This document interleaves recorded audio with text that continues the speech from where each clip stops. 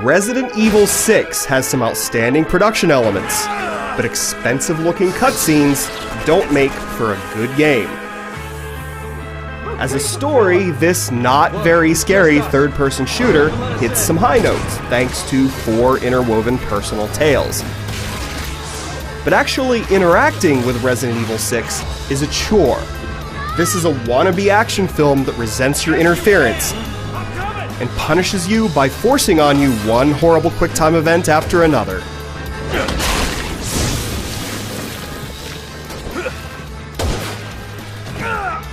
But before we get to the bad, let's look at the good. Resident Evil 6 is made up of 4 campaigns, 3 of which focus on a pair of characters. There's Leon Kennedy and newcomer Helena Harper in the campaign that's most reminiscent of previous Resident Evil games.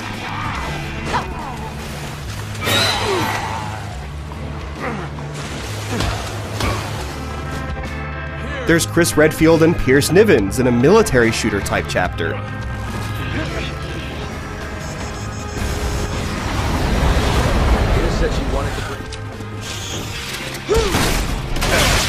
Jake Muller and Sherry Birkin's campaign is mostly about scripted set pieces and lots of running.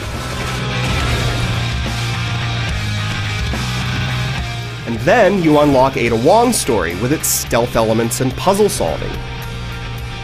All but Ada's campaign can be played cooperatively with another player, either online or off.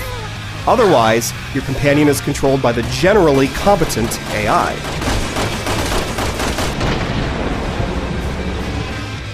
The story doesn't provide a very memorable villain, but the 4 intertwining tales make it easy to get caught up in the mystery. The talented cast makes every line ring true, and many of the cutscenes are great. There are some memorable moments here, including a fall from a rooftop that might have your jaw dropping. But cinematics only get you so far when the gameplay between them is so clumsy, so jumbled, so off the rails, that you wish Capcom had just made a movie and forgotten the game part.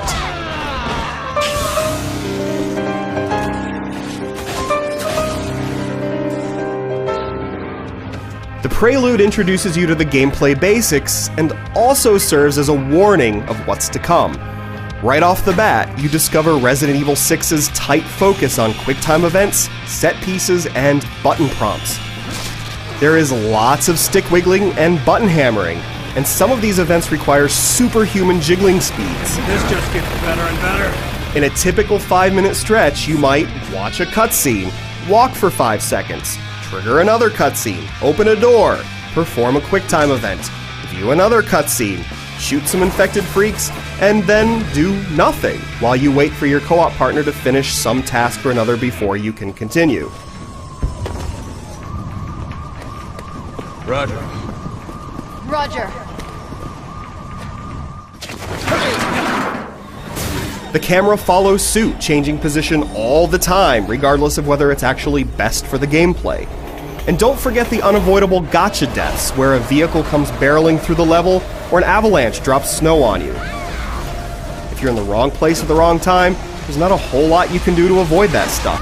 You're just gonna have to do it again.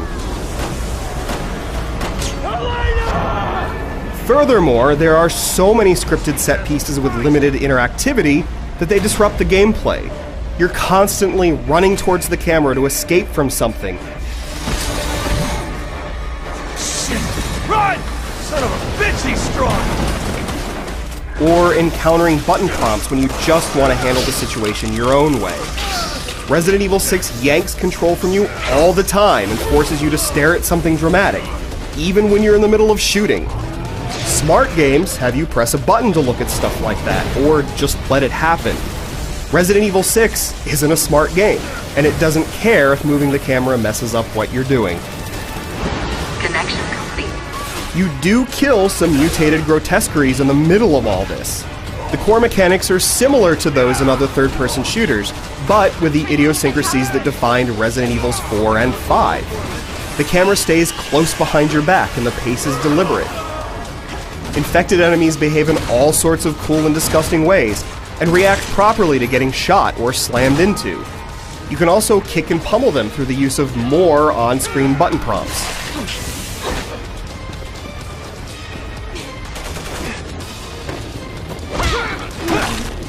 If you find the deliberate action appealing, you can devote some time to the returning mercenaries mode, in which you and a buddy off as many enemies as you can before the clock ticks down to 0. There's not much in the way of survival horror here, though there are some nice throwbacks to Resident Evils 4 and 5. But Resident Evil 6 is focused more on action and quick-time events than building tension. As a result, the close camera angle, the knockback loops, and other elements that worked well in the past are more awkward here. That isn't to say the action is all that hard, though. The bosses rarely require any kind of cleverness. And all too often you can just spam melee attacks and win. Nor will you need to worry about running out of ammo all too often on medium difficulty. There's nothing inherently wrong with lots of cutscenes, or quick-time events, or set pieces. There's nothing wrong with taking a series in a new direction either. Resident Evil 6's problem isn't that it has these elements. Its problem is that it throws a bunch of different action game mechanics at the screen and expects them to all work well together. Instead, Resident Evil 6 is sloppy and random. You've never quite seen a mess like this. But what a mess it is, and a disappointing development in a series that has lost its way.